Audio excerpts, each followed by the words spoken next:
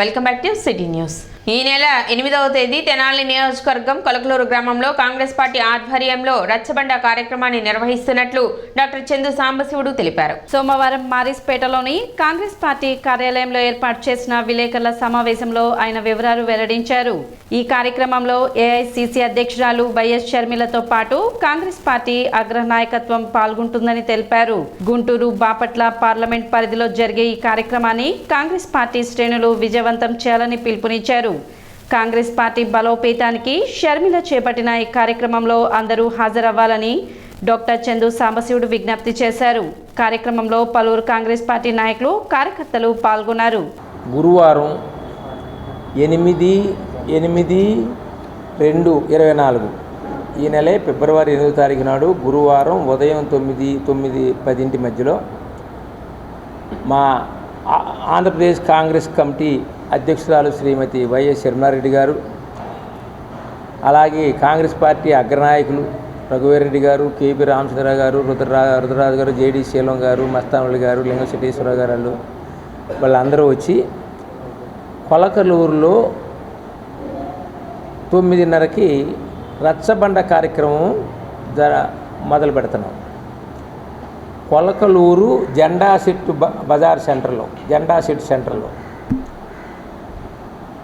ఇప్పుడు మా కాంగ్రెస్ పార్టీ నాయకులు మాజీ ముఖ్యమంత్రి శ్రీ రాజశేఖర రెడ్డి గారు 2009లో గెలిచిన తర్వాత ప్రజా సమస్యలను ఏ రకంగా పరిష్కరించాలి అని దాని గురించి ఆలోచించి దానికి సొల్యూషన్ ఏంటంటే అక్కడ లోకల్ ప్రజల దగ్గరికి వెళ్ళి గ్రామంలో ఎక్కడైతే సెంటర్ ఉంటుందో అక్కడ 10 మంది ఉండసాట అక్కడ వాళ్ళ యొక్క ప్రాబ్లమ్స్ తెలుసుకుని, వాళ్ళ యొక్క కష్ట నష్టాలు తెలుసుకుని, సమస్యలు తెలుసుకుని ఆ సమస్యలకు ఏ రకంగా మనం పరిష్కారం చేయాలి, అలా ప్రజల నుంచి సమస్యలు తెలుసుకునే భాగమే ఒకటి పాదయాత్ర. 5 సంవత్సరాల్లో కాంగ్రెస్ పార్టీ చేసిన కార్యక్రమాల వల్ల కానీ విభజించిందనే కోపంతో కానీ ప్రజలు కాంగ్రెస్ పార్టీని దగ్గరకు తీసుకోలేదు. ఇప్పుడు ఆ రోజున రాజశేఖర రెడ్డి గారు చనిపోయే ముందు కూడా కాంగ్రెస్ పార్టీ రచ్చబండ కార్యక్రమానికి వెళుతూ కూడా ఆ రోజున హెలికాప్టర్ ప్రమాదంలో చనిపోయారు. వారు కాంగ్రెస్ జెండా అవతరణం చేసేవారు కూడా చనిపోయింది.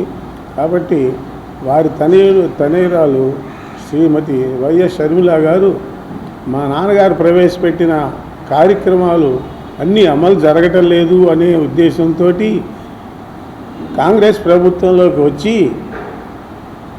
ఈ కాంగ్రెస్ ప్రభుత్వంలో వారి నాన్నగారి కోరికలన్నీ కూడా అమలు చేయాలని ఆమె కోరిక.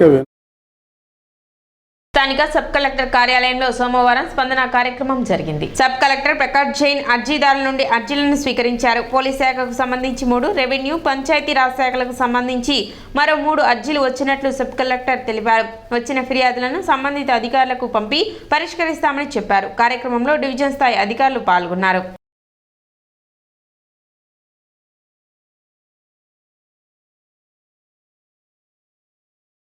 స్పందనలో మన దగ్గర 6 కంప్లైనెంట్స్ వచ్చారు. జనరల్గా కంప్లైనెంట్స్ పోలీస్ డిపార్ట్మెంట్ సంబంధించి ఉన్నాయి. అవుట్ ఆఫ్ 6 కంప్లైంట్స్ నుంచి 3 కంప్లైంట్స్ పోలీస్ డిపార్ట్మెంట్ సంబంధించి ఉన్నాయి, 2 కంప్లైంట్స్ మన రెవెన్యూ డిపార్ట్మెంట్ సంబంధించి ఉన్నాయి, 1 కంప్లైంట్ పంచాయతీరాజ్ డిపార్ట్మెంట్ సంబంధించి ఉంది. కొన్ని కంప్లైంట్స్ మేము ఆన్ ద స్పాట్ రిజాల్వ్ చేసాము. అక్కడ ఇన్స్ట్రక్షన్ ఇచ్చిన తర్వాత కంప్లైనెంట్ వాజ్ సాటిస్ఫైడ్ అండ్ ఆయన complainant he did not file any return complaint.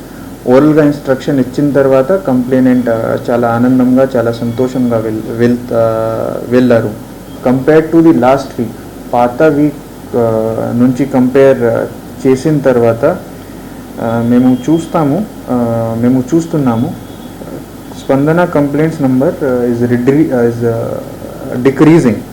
2 reasons possible ఉన్నాయి. ఒకటి, the number of complaints is decreasing.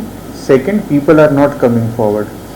So in case people are not coming forward, I'll request and appeal, if you have any complaint, you can reach out to sub-collector's office on Monday when we conduct Spandana. Tenali తహసీల్దార్గా శ్రీనివాస్ రెడ్డి సోమవారం పదవి బాధ్యతలు చేపట్టారు. ఈ సందర్భంగా కార్యాలయ సిబ్బంది ఆయనకు శాలువా పూలమాలలతో స్వాగతం పలికారు. సాధారణ ఎన్నికలలో భాగంగా ఉదయగిరి నుండి తెనాలికి బదిలీపై వచ్చారు. రానున్న ఎన్నికలను తెనాలి మండలంలో ప్రశాంతంగా జరిగేందుకు ప్రజలందరూ సహకరించాలని ఆయన కోరారు. నా పేరు ఎస్ శ్రీనివాస్ రెడ్డి. నేను నెల్లూరు డిస్టిక్ ఉదయగిరి నుంచి తహసీల్దార్గా వచ్చాను. ఇక్కడికి ఎలక్షన్ పర్పస్ మీద ట్రాన్స్ఫర్స్లో భాగంగా తెనాలిలో ఈరోజు ఛార్జ్ తీసుకోవడం జరిగింది. మైతా అకాడమీ సీనియర్ ఇంటర్ విద్యార్థుల ఫేర్వెల్ పార్టీ సోమవారం ఘనంగా నిర్వహించారు. ఈ సందర్భంగా విద్యార్థులు ఆటపాటలతో సందడి చేశారు. కార్యక్రమానికి ముఖ్య అతిథులుగా Sharon school director Banerjee, Siddhartha school principal Roshan, Adarsh public school director Varun ముఖ్య అతిథులుగా పాల్గొని విద్యార్థులకు అమూల్యమైన సందేశాన్ని అందించారు.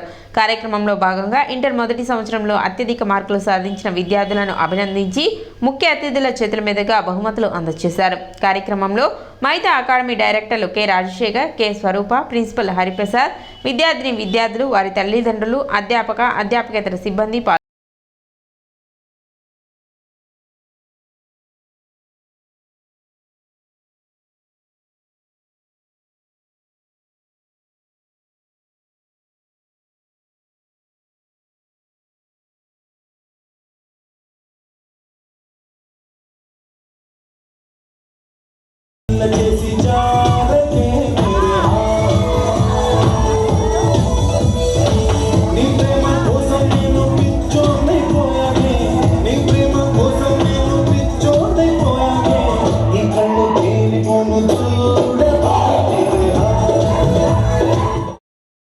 మైతా అకాడమీ ఇది 4 years బ్యాక్ స్టార్ట్ చేయన మైతా అకాడమీ ఈరోజు అవుట్ గోయింగ్ బ్యాచ్ ఫేర్వెల్ ఫంక్షన్ని ఆర్గనైజ్ చేయటం చాలా సంతోషమైనటువంటి విషయం.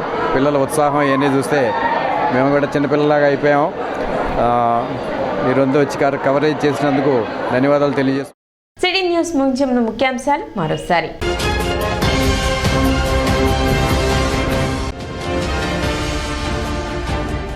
సబ్ కలెక్టర్ కార్యాలయంలో జరిగిన స్పందన కార్యక్రమానికి 6 అర్జీలు వచ్చినట్లు వెల్లడించిన sub collector Prakash Jain.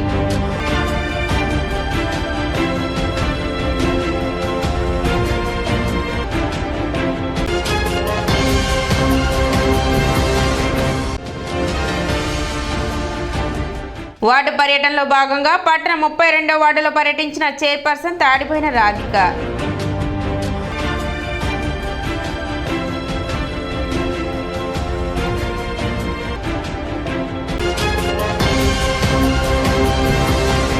City news ఇంతటితో సమాప్తం. నమస్కారం.